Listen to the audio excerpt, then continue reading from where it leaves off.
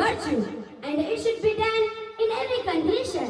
That's why Almighty Allah Subhanahu wa Ta'ala mentioned this topic not in one place but seven places of the Holy Quran.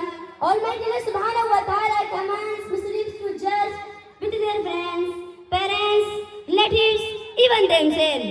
Allah Subhanahu wa Ta'ala says in Surah An-Nisa, verse number 135, يا أيها الذين آمنوا كونوا قوامين بالقسط شهداء لله ولو على أنفسكم أو الوالدين والأقربين إن يكن غنيا أو فقيرا فالله أولى بهما. Which believers stand out family for justice as witness to Allah, even if to be against yourselves, your parents, your relatives, or whether it is against the rich or poor. My dear brethren and gentlemen, justice should not be done only with Muslims, but Almighty Allah Subhanahu wa Ta'ala commands us to maintain justice and transparency with non-Muslim also. Allah Subhanahu wa Ta'ala says in Surah Mumtahina, verse number 8, لا ينهاكم الله عن الذين لم يقاتلوكم في الدين ولم يخرجوكم من دياركم أن تبروهم وتقسطوا إليهم إن الله يحب المقسطين. And Allah does not forbid you as regards those who did not fight you on account of faith and did not expel you from your homes. They did you good to them and live justly with them. Surely Allah loves those who maintain justice. My Islamic brethren, in the light of these verses, you might have noted how much importance of justice in the sight of Allah. But in spite of that, if anyone doesn't maintain justice, Almighty Allah Subhanahu wa Ta'ala says for him, verse number 15, وَأَمَّا الْقَاسِدُونَ فَكَانُوا لِجَهَنَّمَ حَطَبًا. As for those who, your injustice, they are fed or forehand.